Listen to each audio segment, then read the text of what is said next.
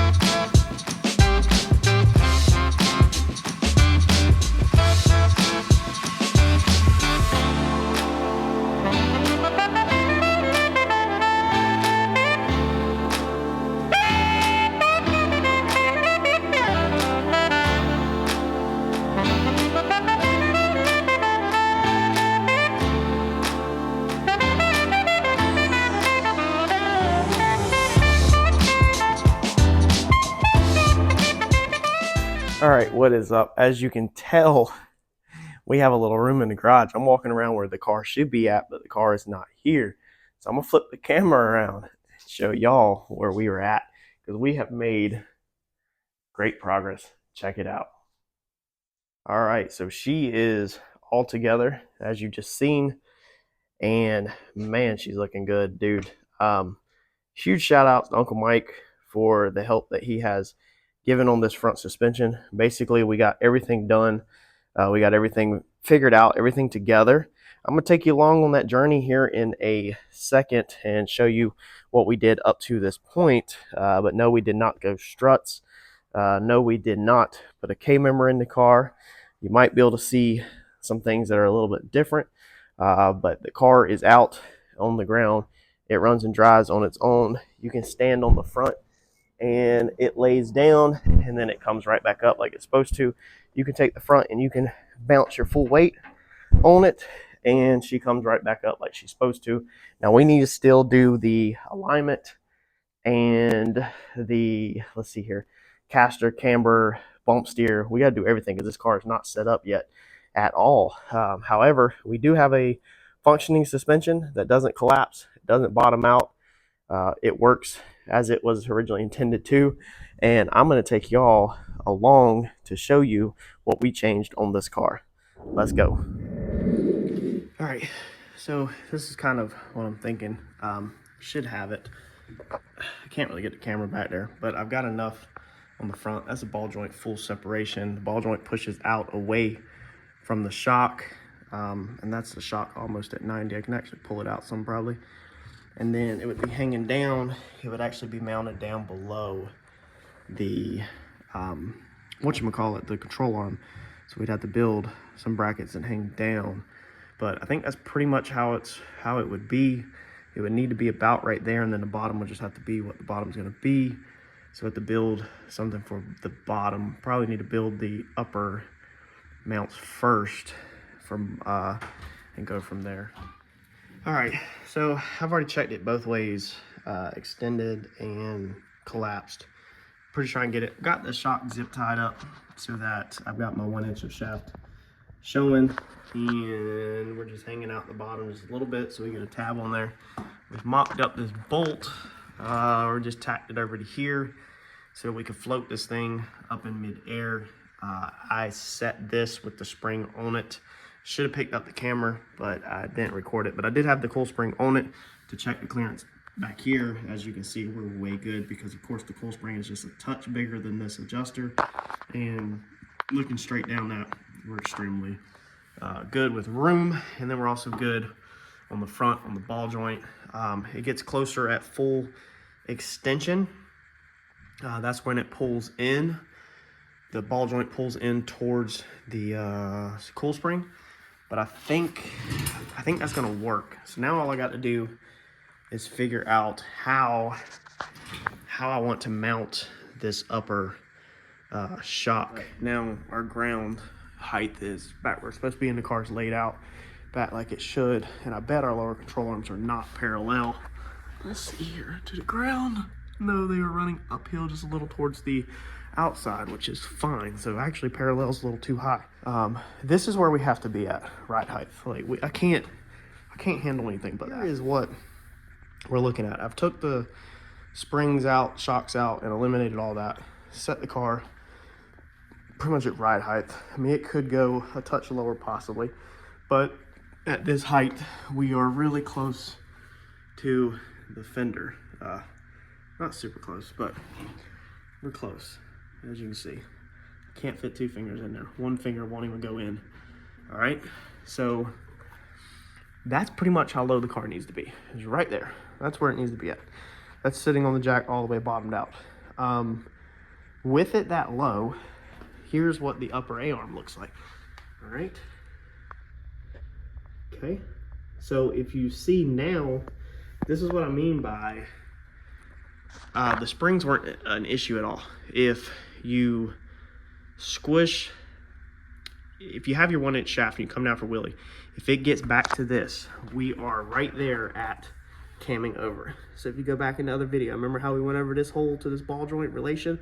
And as soon as that hole gets down below my thumb, you know, if as long as it's like this, then it's okay. But as soon as it transfers like this, then the car collapses. That's because the spring is putting all the pressure on the top control arm and changing the way it works. So we need the spring on the bottom control arm if we're going to make these tops work like this. You see the angle of the ball joint. Okay, remember how when it's fully separated, it's all the way to the other side? When it's ride height or lower, it's all the way to that side. So it's not all the way 100% at ride height, but if it comes down to slams, it will go against that side. It shouldn't touch, but it should be really close. So we're maximizing the use of the ball joints, like I said. So what I'm trying to do now is basically switch the shock over to where it rides off the controller. So we still have our shock mounted. Now I just have these on here because I'm toying with the idea of putting adjustable shock mounts back on the tops. That is pretty much where this coil spring would mount. So that's what we're figuring out now, is going back and basically starting over. We have the control arms built. We originally did not. We kind of worked everything at once. So this time I have the control arms built, and yes, I know the shock is not centered. It's just a rough bolt that I had laying around that I tacked up here just to get the height. And now I'm literally just kind of designing in my head how I want to mount the shock, what height I want to mount this shock. Do I want to make this shock height adjustable? You know, I'd love to lay the car out a little bit lower than it is. So if I do build an adjustable upper piece, then I could change the ride height of the car without changing the actual shock, which is I'm pretty sure what I want to do, honestly. We got the motor covered up. There's a lot of dust, right? Meaning that I'm getting after it, I'm working it. So as you know, this is our current setup, okay? We have our shock hats in here. I really, really wanted these things for looks, and I tried every way possible to keep these things. If you put the shock down here on the lower control arm, and if you don't touch the angles of the control arms, if you leave these angles alone and you just simply mount the coilover down here, we won't have that issue no more, because the car will now be pushing on the lower control arm, which does not have a collapsing point, and this can't collapse because it's not, yeah, we went over it in the previous video. We're tired of beating a dead horse. So if we come over here, we got some free real estate over here to work with now. So we cut the shock hats out. They are over there. Went ahead and did this side first. This is the easier side. That side we have the clear view, the brake canister, the fuel pressure regulator. We have a lot more over there. So if I'm gonna go for it on either side, any side, it's gonna be this side. And that's what I decided to do, is just straight up go for it. Now I know this is what a lot of people wanted to see from the start, but again, I didn't want this look. This look looks like a tube chassis. I didn't want that. I understand that that look is probably cleaner, but this is what I wanted. So I wanted a shock hat. I wanted it to look like there was a factory location there, but this is what we have now. So if you're happy with the shock hat being gone, go ahead and smash that like button for me. Go ahead and drop a comment below. I'm gonna take a vote. Are you happy to see the shock hat cut out and completely redoing this? Or would you rather see the shock hat has stayed in there? So we're using a jack bolt setup, okay? So this is the same one off of the previous car. This jam nut traditionally gets mounted up here, but it really don't matter if you jam it on the bottom or the top. What it is this is an adjustable sleeve. You can use a ratchet in the top and turn this so that this moves up and down. What this does is this moves the mounting point right here so that the whole coilover moves up and down, which then lowers or raises the ride height of the car without affecting your 1 inch of shaft that we want down there. So before, with the hat style setup, if we wanted to raise or lower the ride height of the car, we had to use this right here. And in drag racing, that's not exactly how you do it. Maybe if you're lowering your Honda or something like that, and that's perfectly fine. But when we're trying to calculate how much shaft we want showing for full separation and stuff, we can't be depending on raising and lowering raising and lowering the car off of this, because that messes up our travel. All right, so it is Friday, Good Friday. I worked this morning. We just hit Uncle Mike up for some scrap metal, some tubes, so we can run these mounts today. Southern Metals here is closed for Good Friday, so that kind of threw me a curveball. Yesterday afternoon, I got this whole side cut completely out, so the car is basically, looks like a tube chassis in the front end now. So all of the front end stuff's out, but everything's cleaned up and ready for a mock-up on this side. However, before I move to this side, I need to get this cup hung in place or tacked in place. So I need to get my first 1 bar cut at least and tacked really good. All right, so I got them bars in over there and tacked up. We come over here.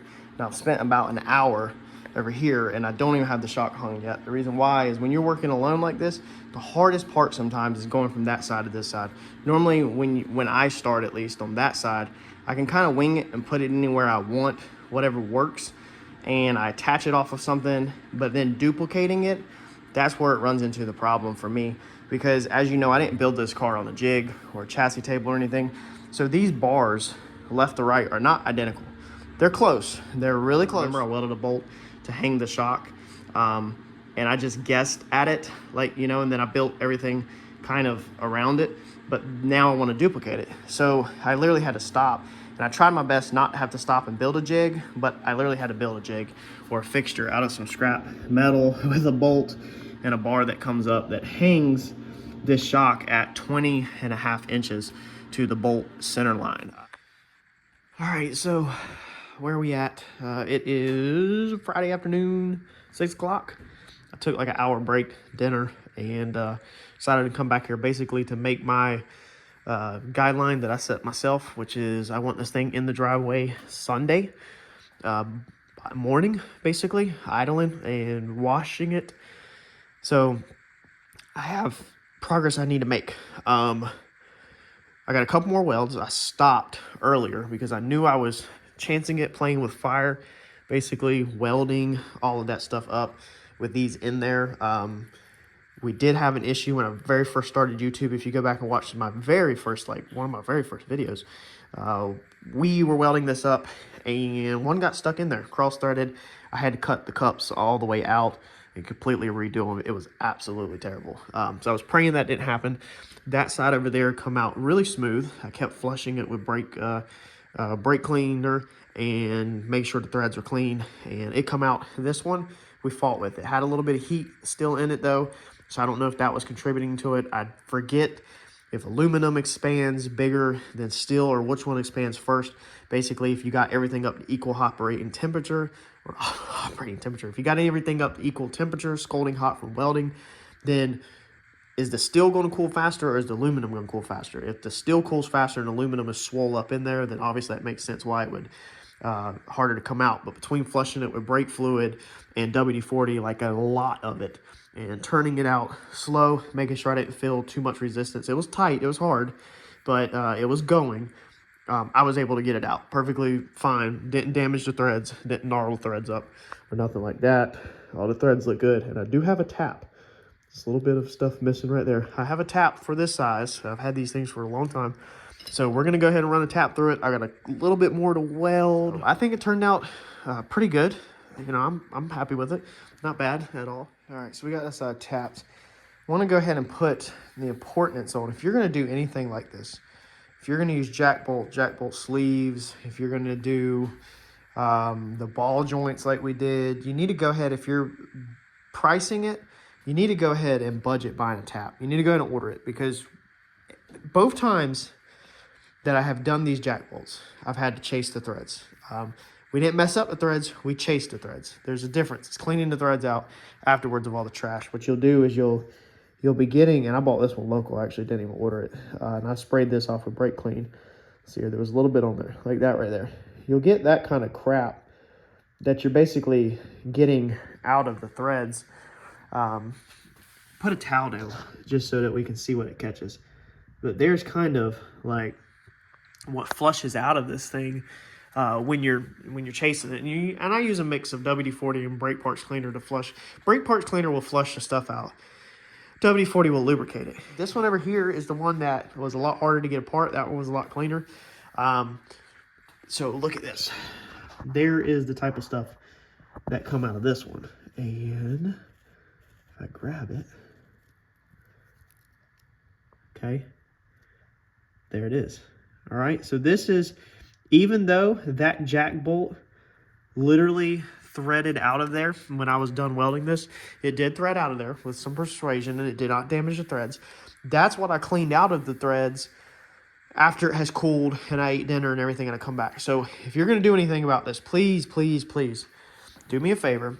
Go ahead, when you do something, find the thread size out and order you a tap. It's a lot cheaper to order a tap online than it is to buy one local, but also buy a decent one. I mean, I bought this one local in a pinch. I think I paid $90 for this one. One of my, under my first 5 YouTube videos, if you go back and watch some of my oldest, when we had to redo one, and I'm definitely glad I have this now. Uncle Mike said that what a lot of people actually do, and I didn't know, is they'll take these pieces, these jack bolt sleeves, okay, right here, and they'll actually put them inside of a pipe. So they'll weld a tube in there like that, okay, and then they'll slip that inside, and they'll have a jam nut on top and bottom.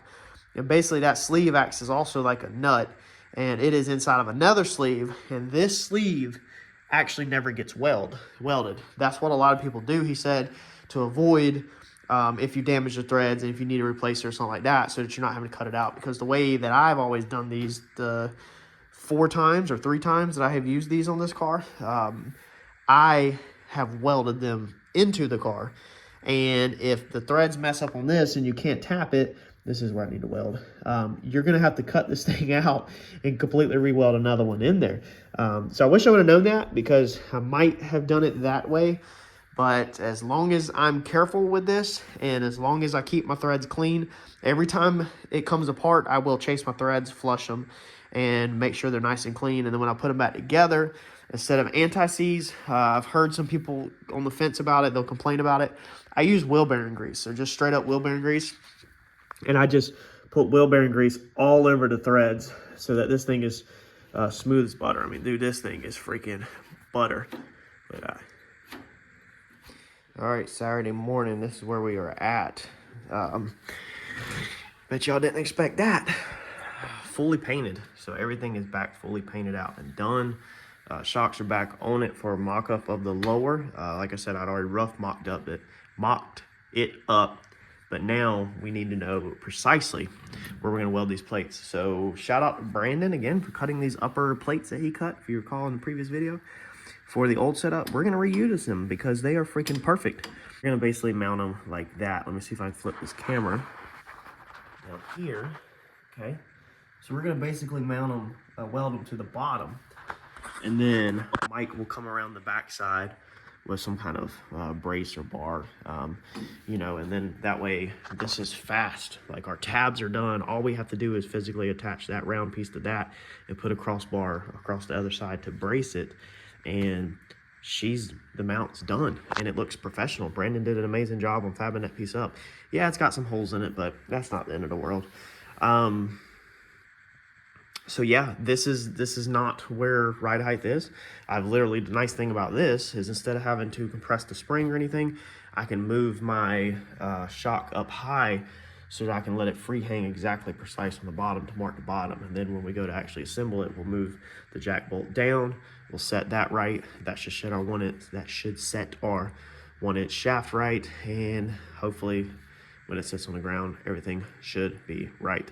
Now these jack bolts, you can change the ride height of the car without taking the shocks apart if you flip the shocks the other way. So because of this remote canister right here, the body of the shock cannot spin because obviously that would get tangled up. So if we put the remote canister on the bottom, or the bottom of the shock on the bottom, then we can change ride height without unbolting anything, because the shaft in that end down there will free turn. However, with it being a remote canister, we'll might keep them up top and mount the canisters up here so they're easily adjusted. Not 100% sure yet, but either way, it's going to mount vice versa. Yeah, that's it. Once we take this apart, he's going to take the lower control arms to his house and fab them up and everything and tack them, do whatever he's got to do. And then I can take the upper control arms out and go ahead and grind these stubs off. You know, they need to be grinded off and cleaned up. The little cuts on the ball joint needs to be grinded off. And we need to figure out where our chain limiters need to go. Looking at this thing, when we put this about where it's going to mount up, so it's going to mount, I think, about right in there, we have excellent clearance on our ball joint.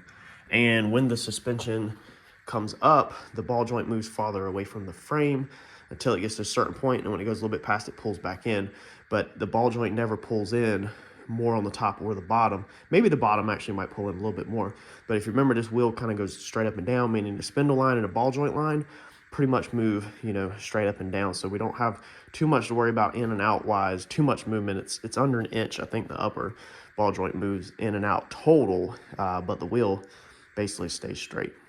All right, Saturday, 3 o'clock. We got home at 2:30. Took Harper to Easter egg thing this morning, Harper and Emmy. And I come out here and just started hooking stuff up, waiting for Mike to come over. Mike's going to come over and tack these plates up for us so we can get this thing down on the ground and see what we got. I've got them clamped into place where they need to be, basically to get his approval when he gets over. I think they're good, but I just like for him to second guess behind me. While I was waiting, I went ahead and put everything back so clear view remained in the same spot. A little different routing on the lines, got the fuel pressure regulator put back on, got the canister mounts put back on. They're gonna stay the same. Got all this back reran, got our water reran, topped our water off. We went ahead and dropped a little bit of oil out of it. So you can see the real green stuff is clean oil. And then the milkier stuff is the stuff that's mixed with methanol. So it actually looks really freaking good. John drops his out after, you know, racing it or whatever the next pass, and he'll have a ton of water. You can see some water over there. But this, just the idle time that we've had and the spool up and everything, this is not bad at all for it being in there. So there's no reason to be doing an oil change or nothing at all. I just wanted to, since it's been sitting, it's the perfect time to go ahead and drop the methanol out of it. We're going to get this thing running and get some heat cycle in this thing possibly this afternoon. Actually, I think I'm ahead of the game. Besides, of course, the control arm fabrication is going to slow me down. So as soon as Mike gets here, we'll be able to do that. When he gets the uppers out, the lowers out, he's working on the lowers, I'm going to get the uppers out, and I'm going to be working on the uppers, cleaning the uppers up with the grinder and prepping them. Might go ahead and see if we can even get the limiters welded to it. Not 100% sure on that, but we're making progress. Like the real Pro Mod. You're going this far. You need to change all this crap. Courtney, don't listen to Randy. He ain't gonna never get to the racetrack, Randy. Exactly. Yeah. It's Monday. But Mike's, this right here, we could technically have this thing running and driving on Sunday. Let's go, baby. Yeah. I'll be there with you. Mine will be running too. Will it? Yeah, absolutely. Randy, now you said that your motor will be back together if mine's in the driveway by Sunday. It's Saturday. It's in the driveway and it's painted. It's even painted. Everything's painted. So I expect your car to have the motor done. Send me the video of yours running. So man, as you see, I'm stoked with it. I'm going to show you the finished product here on it, how we got to this point. You know, now that you've seen how we got to this point, I'll show you what it kind of looks like. We're going to take the fenders back off the car this week, and we've got some paint work to do. We got some, man, how do I say this? Appearance work to do. We're going to change the way some things look on the car. We're ordering parts. We have parts already came in. We're going to be doing some painting on the car, all kinds of stuff to get the appearance where I want it at, because that is the most important thing to me. Uncle Mike, if you're watching, he told me yesterday, he said, man, I'd go shake this thing down, get it to the dyno and everything, and then do paint work and do all that. And I said, absolutely not. That's a no-no on this channel. looks first, performance second. Looks have to be there or it doesn't leave the garage to go do the second activities. She's a show car, baby, not a street car. It's a show car. It's a junk show car, like a junkyard build, but a show car. So everything is painted, everything's in. When I take this thing back apart, I will better show y'all how everything works. But basically, we've got the bottom shock mounted up, as you can see down there. Mike's got some tack welds put on it. You can see the upper control arm is still at the extreme angle that we wanted it at. And you see the lower control arm is very close to parallel, if not uphill a little bit on the ball joint side. The bump steer is very freaking close. However, it is not set up. That is loosely thrown in there. The bolt's not even tight. It's finger tight, and there's a gap in there. There's no spacers in it, nothing. Bump steer's not set up. Alignment's not set up. Stagger is not set up. This car is set up that it can run stagger. So you can pull this front wheel forward, that front wheel backwards, or vice versa, however you want to do it. The bottom control arms slide up to 1 inch in each direction, meaning you can pretty much almost get that 2-inch stagger in the front end if you wanted to. There's, we built in all that adjustments originally that I went over and showed y'all. But we're gonna get this thing back together.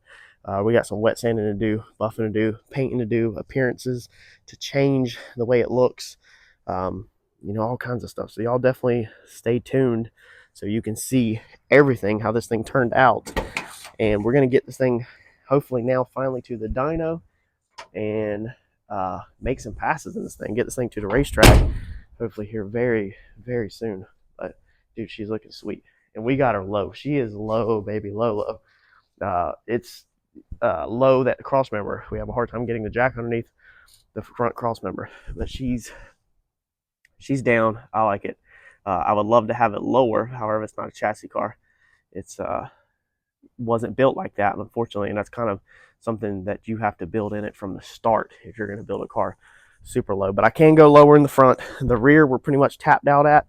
We're hitting some crossbars in the rear on getting it low that I need to cut out. I do want to reback half the car, but I'm not going to do it this year. I'm thinking this coming winter I'll probably reback half the whole car if I decide to, maybe not. But that's about as low as she can go. The car will separate. It's getting put on radials, so it's going to separate.